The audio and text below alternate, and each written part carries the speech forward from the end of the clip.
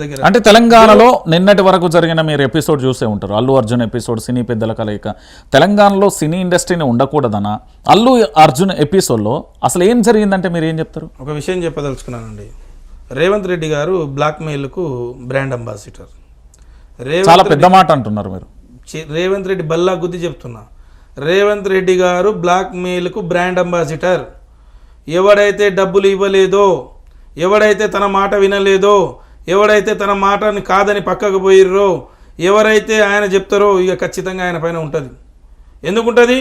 మొదటగా మాట్లాడి ఏదైతే ఎప్పుడూ లేని నాగార్జున గారిపైన విశ్వప్రతాపం చూపించిండు. ఎందుకు చూపెట్టాల్సి వచ్చింది? డబ్బులు ఎంత అంటే ఎంత డిమాండ్ చేసి ఉంటుంది? నేనేమంటున్నానంటే ఇంత అంత అని చెప్పను. వాళ్ళిద్దరి మధ్య సఖ్యత కుదరలేదు, కూలగొట్టిండు, భయభ్రాంతులకు గురి చేసిండు, వాళ్ళను కింద మీద చేసిండు.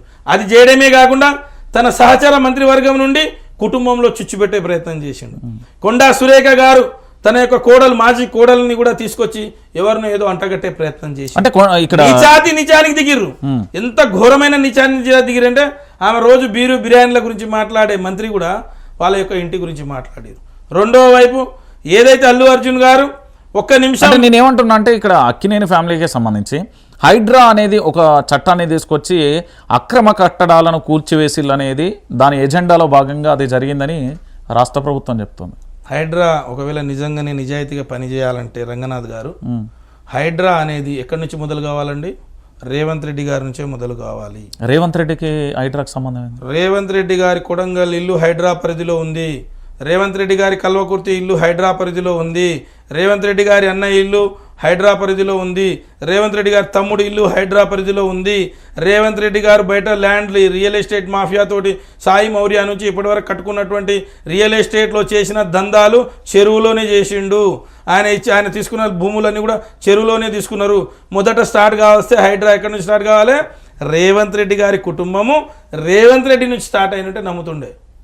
హైడ్రా అనేది హైడ్రా ఎవరి కోసం మొదలైంది? దేనికోసం? రియాల్టర్లను భయపెట్టాలి, భయభ్రాంతులకు గురి చేయాలి, తను దండుకోవాలి, ఢిల్లీకి పంపించాలి, తను పెట్టుకోవాలి. ఇదే హైడ్రా. హైడ్రాలో ఏదైనా మీకు రాకెట్ సైన్స్ ఉంది అనుకుంటున్నారేమో బహుశా. ఎందుకు ఏమైంది? మళ్ళీ 3-4 నెలల నుంచి ఎక్కడ పోయింది? తెచ్చిండు హైడ్రా, హిటాచీలు పెట్టిండు, పడగెత్తిండు, బుసగొట్టనికే చూసిండు, బుసగొడితే మాకు కాటేస్తాడని చెప్పేసి కాట వేయకుండానే వీళ్ళు వచ్చేందుకు కూడా లొంగిపోయారు. సేమ్ సినిమా ఇండస్ట్రీ పరిస్థితి అదే.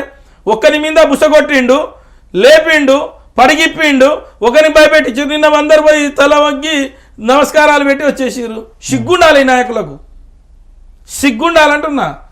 చేత కాదా ప్రజాస్వామ్యంలో పోరాటం చేయడానికి?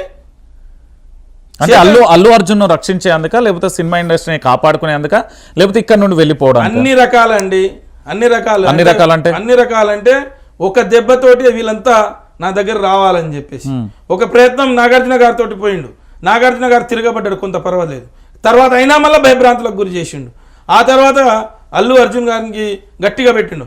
అల్లు అర్జున్ గారికి తోటే కాకుండా సినిమాలు మొత్తమే బ్యాన్ చేస్తాం, మేము అసలు ఇయ్యం, బెనిఫిట్స్ ఏది ఇయ్యం, మేము అసలు ఏమనుకుంటున్నారు, దేశంలో దేశ బార్డర్ యుద్ధం చేస్తున్నారా అన్నాడు. నిన్నే మరి బార్డర్ సైనికులతో సమావేశం చేసిర్రు. ఎవరు మరి వీళ్ళంతా? నిన్న బార్డర్ సైనికుల మొత్తం నిన్న సమావేశం ఎవడాళ్ళు? డబ్బులు ఉన్నోళ్ళు. దిల్ రాజు పోయి తీసుకుపోయి డబ్బులు వసూలు చేసే బ్యాచ్కు దిల్ రాజు ప్రెసిడెంట్.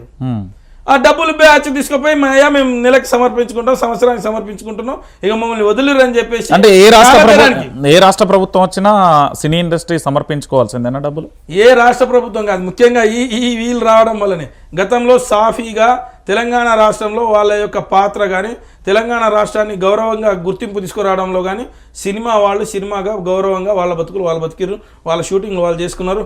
అంటే ఇప్పటికి అల్లు అర్జున్ ఎపిసోడ్ క్లోజా, ఇంకేమైనా ఉంటుందా? అల్లు అర్జున్ అంటే అసలు ఆ ఎపిసోడే ఫేక్. ఏది అల్లు అర్జున్ అరెస్టు కేసు లేదా అంతా కూడా. ఎందుకంటే ప్రభుత్వ వైఫల్యము. ఎందుకంటే అల్లు అర్జున్ గారు నిజంగా ఇడికి రానియకూడదు అని అనుకుంటే అల్లు అర్జున్ గారు ఇంటికాడనే అరెస్ట్ చేయవచ్చు, హౌస్ అరెస్ట్. ఈరోజు మా రంజిత్ రెడ్డిని అరెస్ట్ చేయాలంటే ఇడికి వచ్చి అరెస్ట్ చేస్తారు. కరాటే రాజుని అరెస్ట్ చేయాలంటే ఏడనని అరెస్ట్ చేస్తారు. హరీష్ రావు గారిని అరెస్ట్ చేయాలంటే ఇంట్లోనే అరెస్ట్ చేస్తారు. కేటీఆర్ గారిని అరెస్ట్ చేయాలంటే ఇంట్లోనే అరెస్ట్ చేస్తారు. మరి ఇంటెలిజెన్స్ వ్యవస్థ ఉన్నటువంటి హైదరాబాద్ ఇంటెలిజెన్స్ వ్యవస్థ 24 గంటలు పనిచేస్తున్న వ్యవస్థ అల్లు అర్జున్ అనుమతి లేకుండా బయటకు వచ్చిందా? అల్లు అర్జున్ అనుమతి లేకుండా బయటకు వస్తే ఎందుకు ఇంటికాడ అరెస్ట్ చేయలేదు? ఒకవేళ నిజంగానే ఉంటే ఇక్కడి నుంచి మధ్యలో వచ్చిన తర్వాత మధ్యలో ఎందుకు రిటర్న్ పంపించలేదు? కేంద్ర మంత్రులు వస్తేనే అరెస్ట్ చేసి ఎయిర్పోర్ట్ నుంచి రిటర్న్ పంపించే మీరు మరి మీకు ఇంటెలిజెన్స్ వ్యవస్థ ఫెయిల్ అయిందా? పోలీసుల చేతకానితనమా? పోలీసులు కాపాడలేంది? లేకపోతే మేము కాపాడలేము మా చేత కాదని చెప్పిర్రా? వేల మందితోటి వందల కార్లతోటి ఇంటి నుంచి వస్తే తెలియకుండా ఉందా? మరి అక్కడ ఆ రోజు సంధ్యా థియేటర్ గేట్లు ఓపెన్ చేసింది పోలీసు వాళ్ళే కదా, వీడియోలో కనిపిస్తుంది. లోపలికి పోయిన తర్వాత చనిపోయారు అంటున్నారు కదా, మరి ఎందుకు మళ్ళీ ఇప్పుడు కొత్త కేసు కొత్త నాటకం ఆడుతున్నారు? కోర్టు తీసుకుంటుంది. అంటే కేవలం రాయబారాలు ఆర్థిక మూలాల కోసమే ఈ పంచాయతీ అంతా. ఒకరిని ముందు పెట్టి ఒకరిని భయపెట్టించి దాని ద్వారా ఇండస్ట్రీని మొత్తం లాక్కోవడమే.